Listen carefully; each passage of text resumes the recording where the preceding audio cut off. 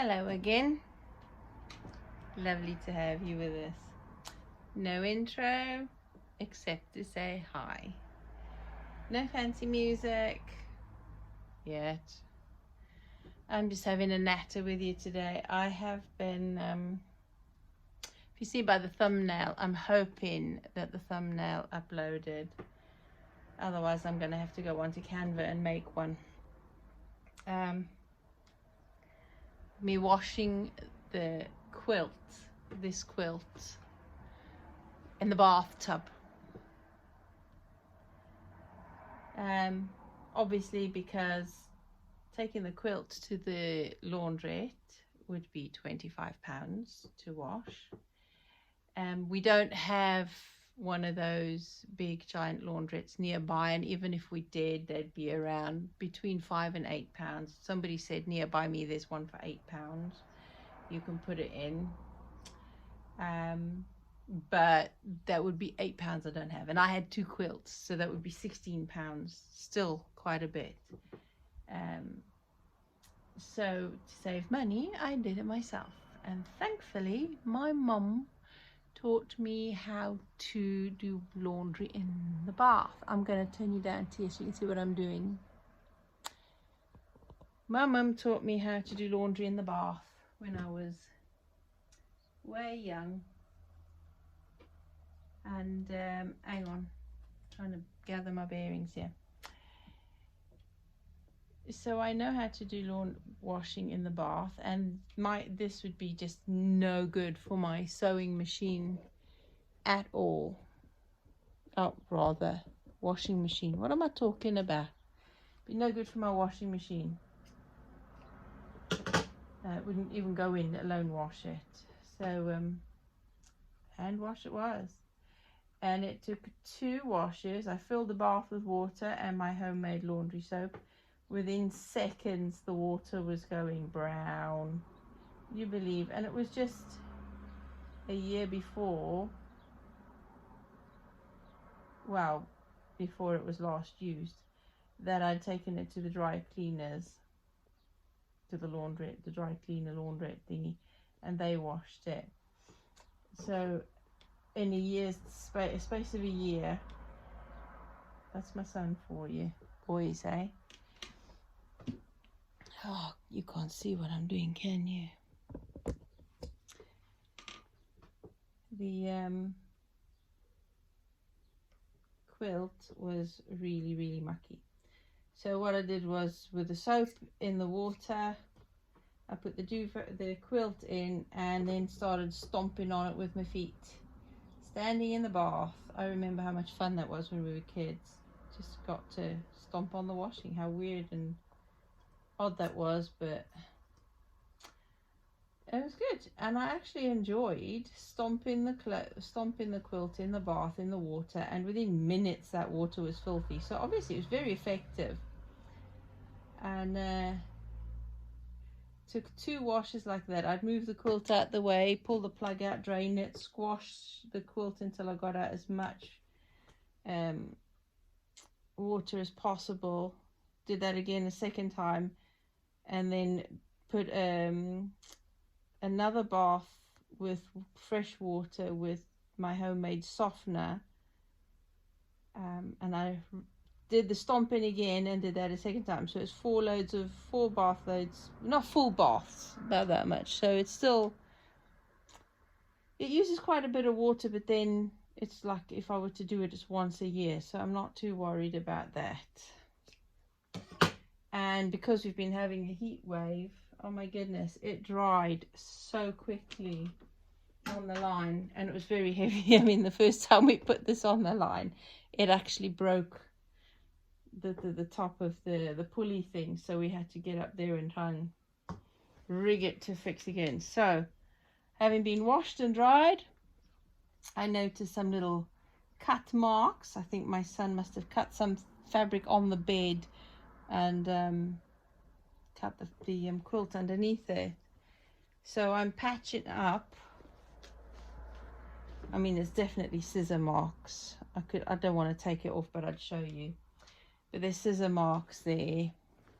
So The big patch I could sew by machine, but this one on the other side, it was just so awkward. It was better just to do it by hand.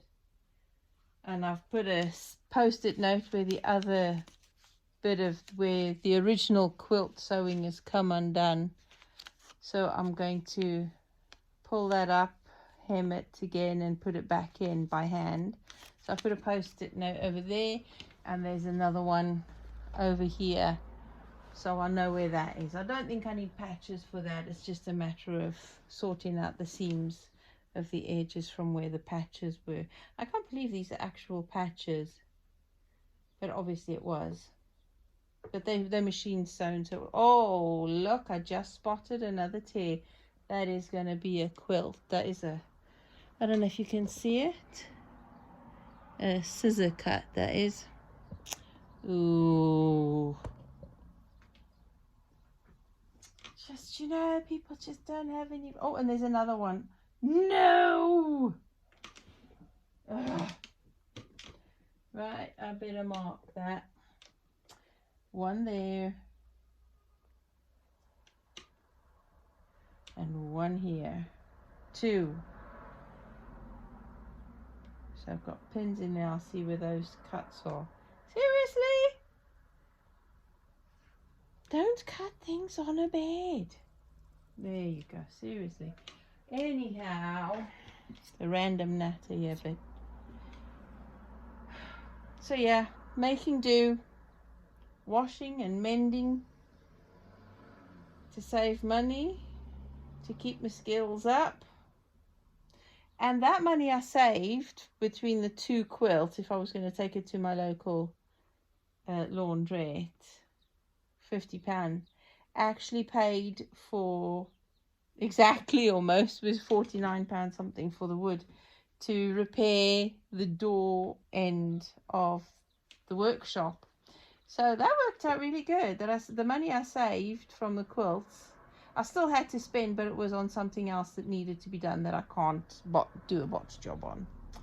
We don't have any wood around the place that would be suitable to mend a shed and keep it mended for at least another 5 years or so. I'm just overstitching the edges here. I'm not doing a quilting stitch. I shouldn't I? I should do quilting stitch. Okay, here goes then. Yeah, so anyway, the money saved paid for the shed to be fixed. That's the one side. We still need some more money to fix the other door, because there's a double door on the front of the shed and the side panel next to it. So we still need some money for that, but at least we got that job done, and it had to be done because the door was coming off. The wood was so rotten, and the hinges, as we took the door off, the hinge snapped, so I had to get new hinges. So I'll have to do the same for the other side. I'll help hubby put the door on the other side when we fix it. But it's all make do, keeping things going for as long as we can, saving money, you know. Oh, see, I go quiet when I'm concentrating.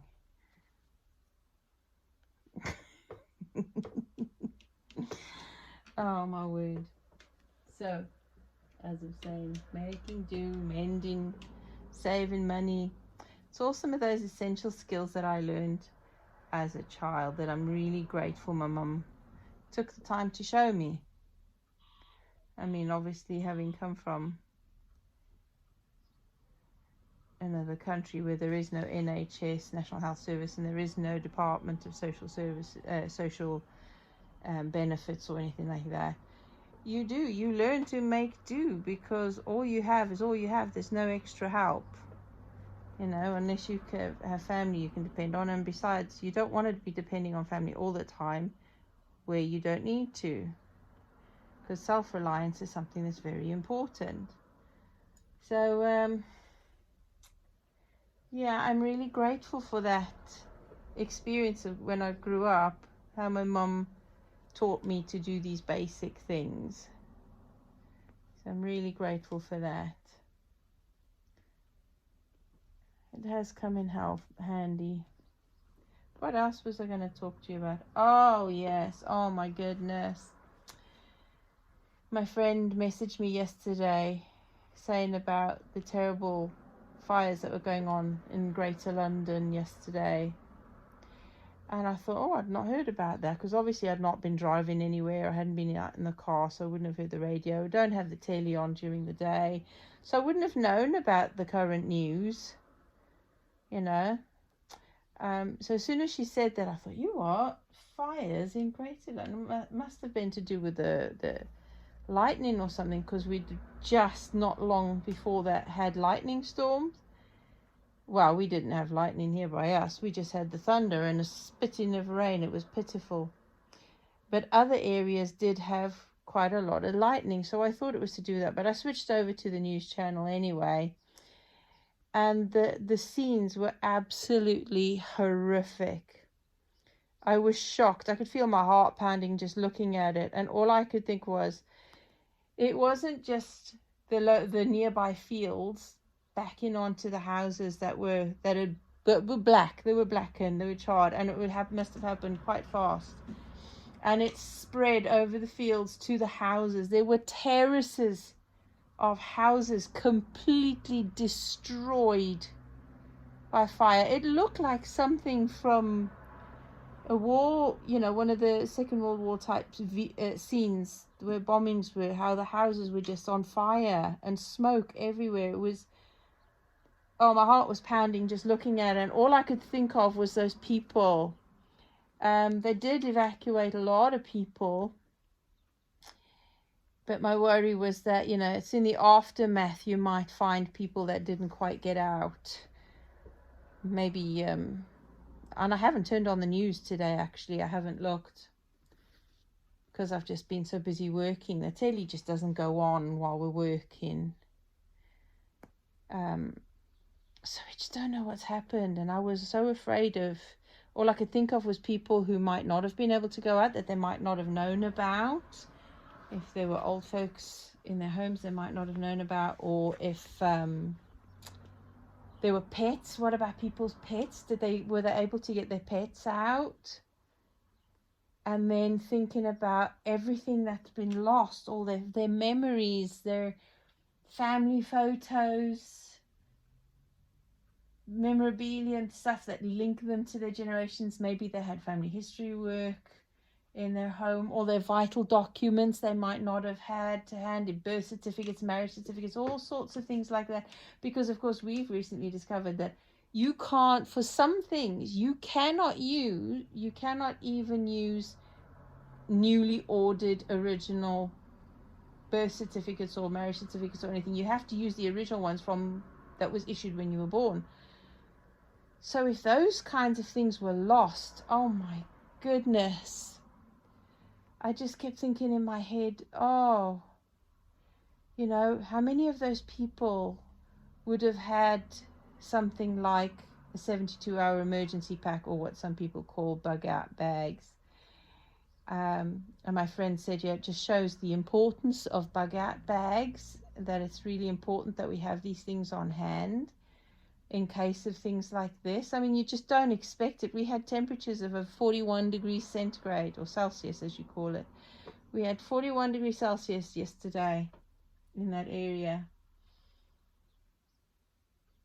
And one of my thoughts was, wow, what do we expect? It's like Mediterranean temperatures almost, when there's been a drought, because everything was so dry, and that's what made it easier to catch fire. But there were speculations back then, yesterday, about the origins of the fires, because there were quite a few fires that broke out altogether. It wasn't just one, and there were different, possibly a number of different causes that all just happened at the same time.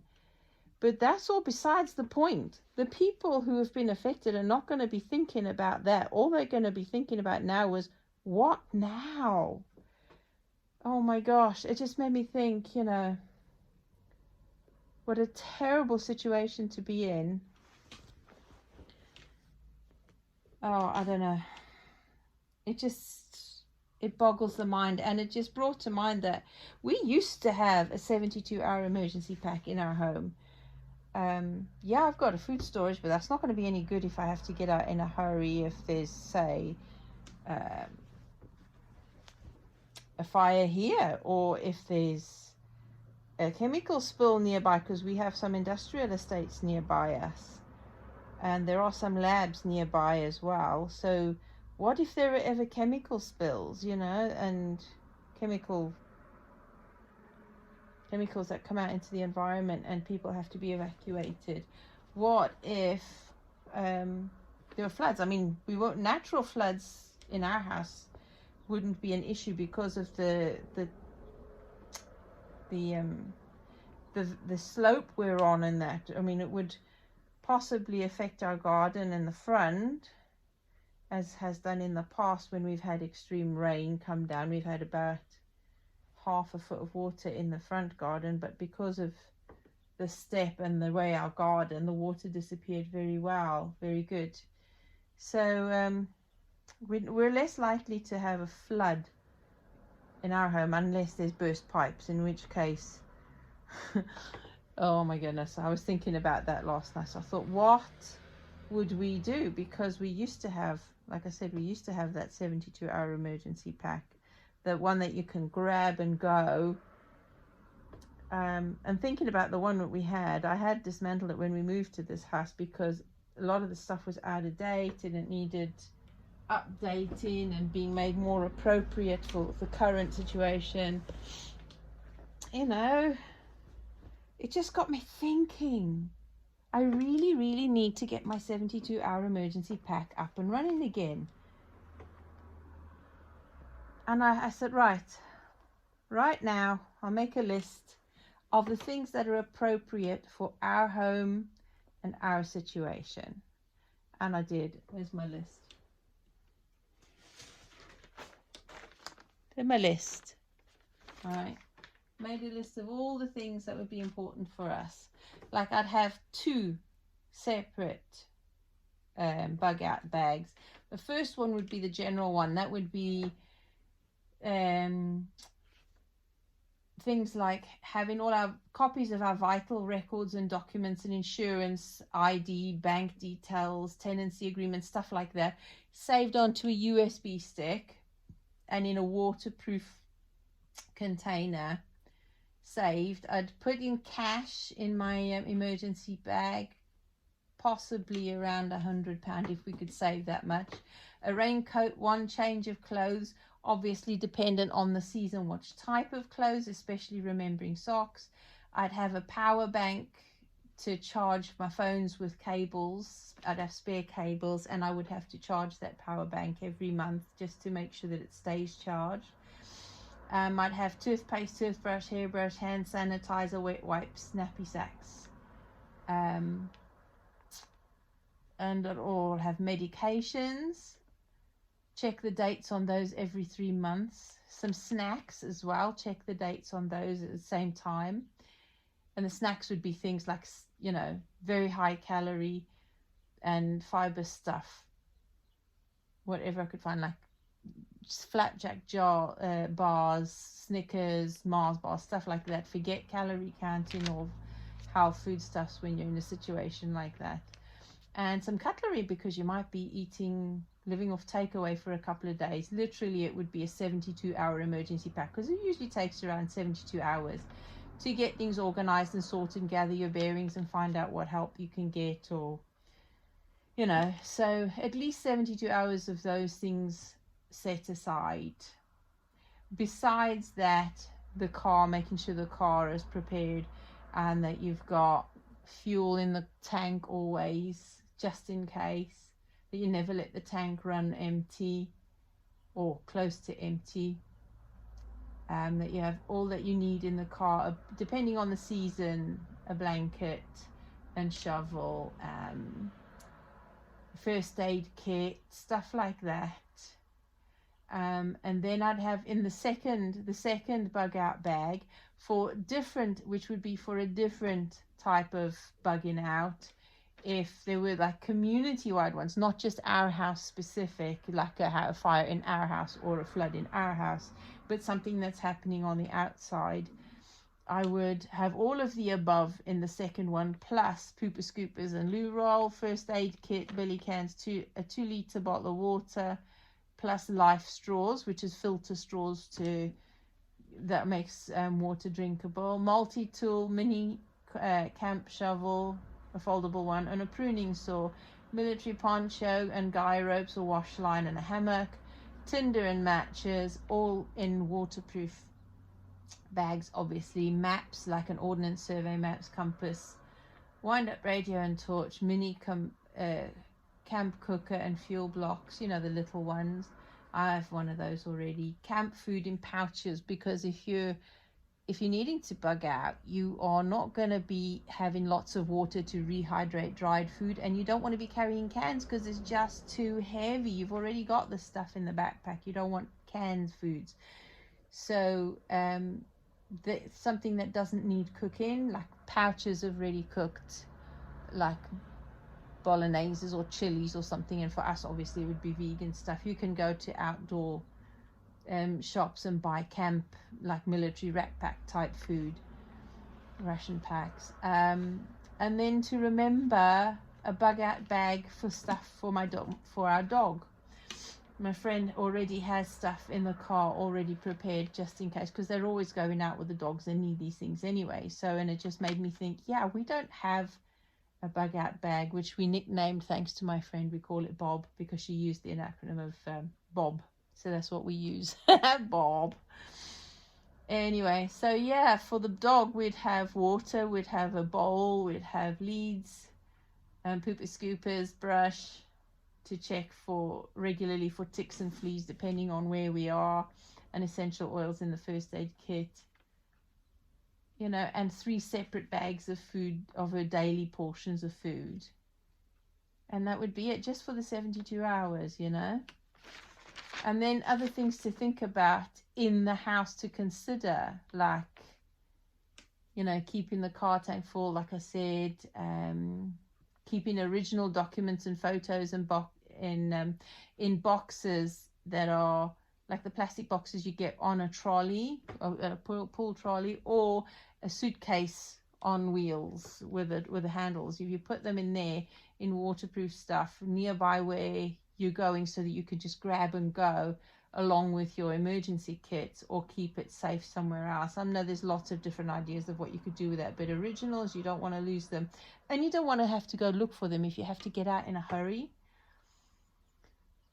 So I would keep stuff like that, waterproof, vermin proof, in a safe place outside of the house, but easily accessible.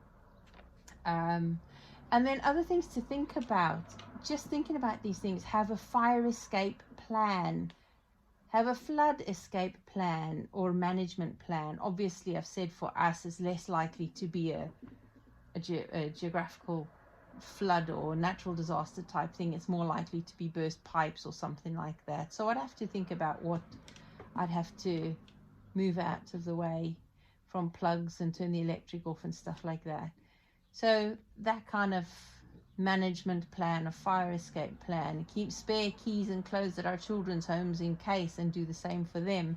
You know, I mean, I've already got a key for my daughter just in case she ever finds herself locked out the house, and I can pop down quickly with a spare key. But I've never given my kids a key for our house. Well, my son still lives here, but my daughter, when my son moves out, he'll have to have a spare key here just as well, just in case.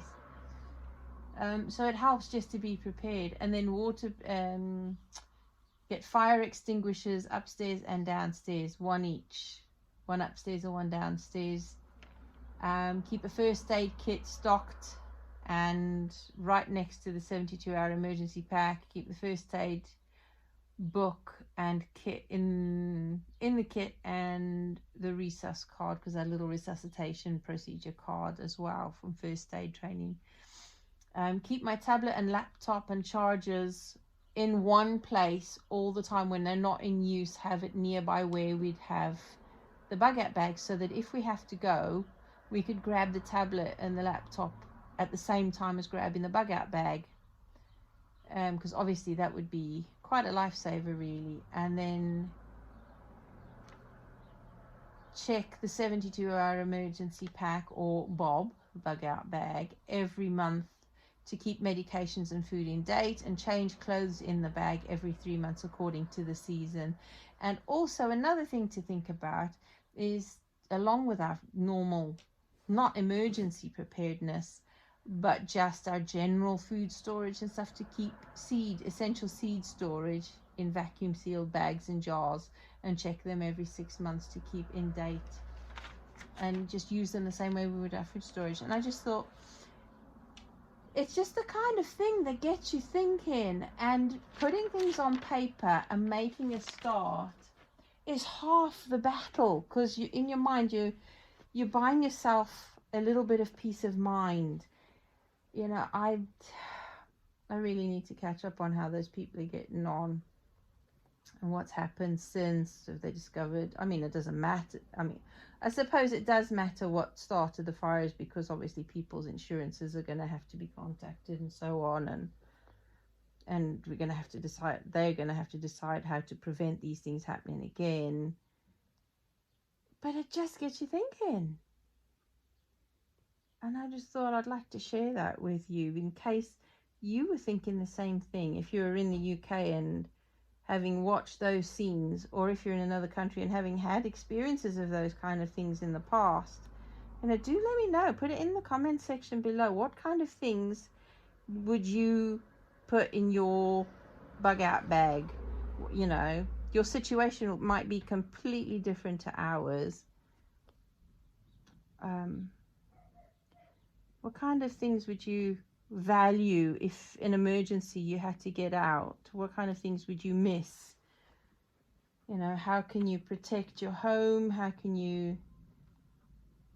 Oh, there's so many things to think about. And I thought, you know, keeping my food storage, doing a make-do, you know, living my make-do life, I thought we were doing really well. I thought we were okay. And then this happened, and I thought, hang on a second. All this food storage and growing might mean absolutely nothing in a severe emergency like that. And how are we prepared for that kind of emergency? And I thought, not at all. Not at all. We're not prepared at all for anything like that. And it's not like I'm being one of those scaremongering preppers. I just want to be able to, in the back of my mind, have things prepared, thought out, so that if anything happens, we're ready for it. And we can minimize damage, protect our family a better, minimize damage, and like I said before, have some peace of mind. You can forget about it because you've already run through the fire escape plan with your family, or whatever plan it is you might need to make. You've already set things in place, and you can just get on with your daily life. Hopefully you never have to use it, but at least if you do, I would hope that we'd be able to avoid what must be absolute trauma, like for these people yesterday. I just, oh, my heart was pounding, and my heart was going out to them, and you just feel so helpless because you can't do anything. Yeah, it just made me think, yeah, I'm not as prepared as I thought I was. My family aren't. So I guess while I'm sitting here doing a little bit of sewing and mending and making do, and there are some things that are equally important, that if I could do them now and get them out the way, I don't have to think about them again until I have to. Oh, except of course putting it on my Kanban board for scheduled maintenance of the bags, and checking dates and swapping out seasonal stuff. So yeah, I hope that I haven't been too preppy for you, but instead I hope that you go away from this just thinking about your own situations. Think about what you might need to put in place to buy yourself some peace of mind, and maybe even reprieve in case of an emergency. That's what I want you to take from this video. And I shall catch up with you again next week. I have no idea what we'll be talking to you about. But until then, carry on doing what you do, make do. You do prep in your way appropriate for you. And I shall see you then. Take care, folks. Bye-bye.